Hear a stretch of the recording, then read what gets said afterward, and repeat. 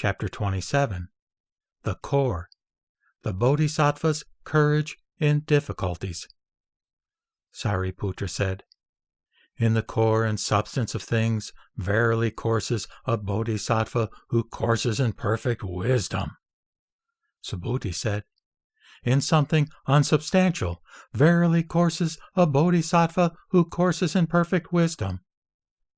Thereupon, this occurred to many thousands of gods in the realm of sense desire.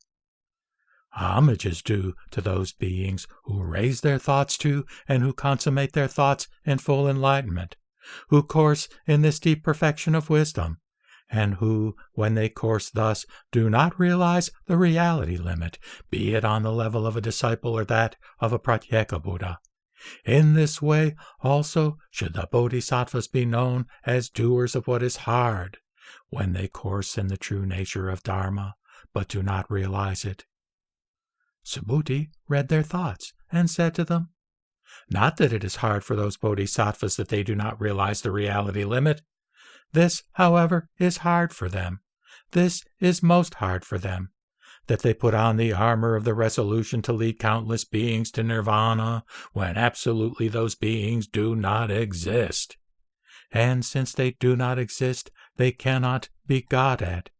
Owing to the isolatedness of beings, those who should be disciplined do thus absolutely not exist.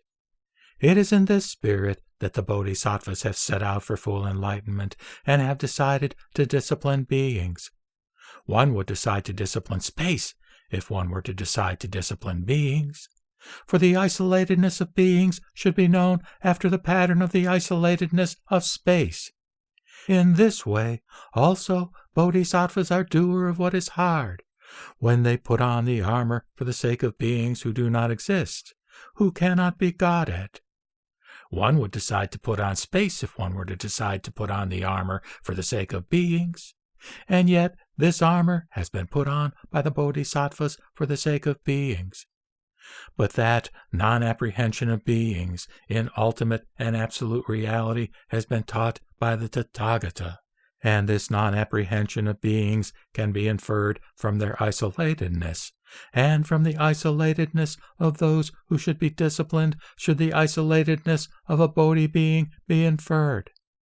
If a Bodhisattva, when this is being taught, does not lose heart, then one should know that he or she courses in the perfection of wisdom.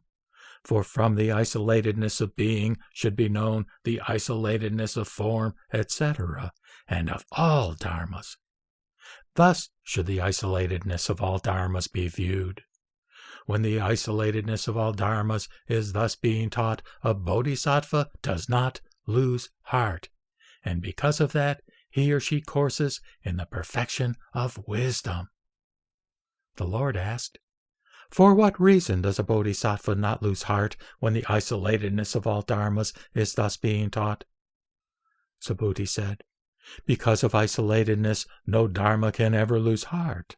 For one cannot get at any dharma that would lose heart, nor at any dharma that would make a dharma lose heart." The Lord said, "So it is, Subhuti.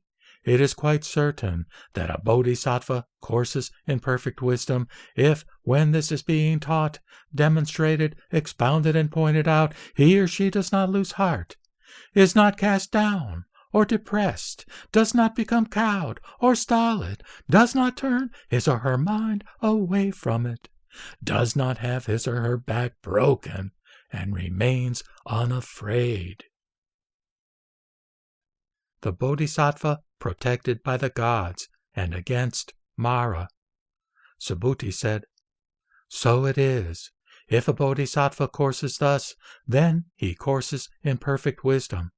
And the gods round Indra, round Brahman, round Prajnapati, round Ishana, and the crowds of men and women round the rishis will from a distance pay homage with folded hands to a Bodhisattva who courses thus."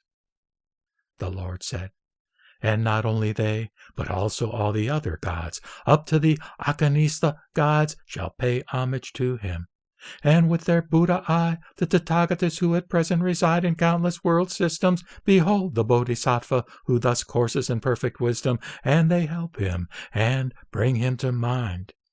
It is quite certain, Subhuti, that the Bodhisattvas who course in perfect wisdom, and who are helped and brought to mind by the Tathagatas, should be borne in mind as irreversible from full enlightenment. No obstacle put up by Mara or anyone else can stop them. Even if all beings in the great Trichiliacosm should become evil Maras, and if each one of them would conjure up just as many diabolic armies, then even they all together would not have the strength to obstruct on his way to full enlightenment that Bodhisattva who is brought to mind by the Buddhas and who courses in perfect wisdom.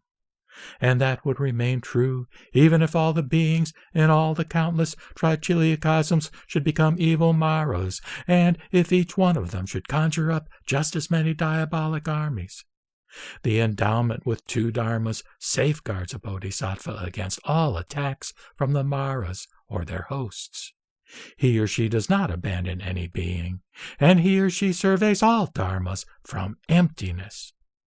2 other dharmas have the same effect. As he speaks, so he acts, and he is brought to mind by the Buddhas, the Lords. When a bodhisattva courses thus, the gods also will decide to go up to him. They will decide to ask questions and counter-questions, to honor him, and to strengthen his determination by saying to him, "Soon, son of a good family, shall you know full enlightenment.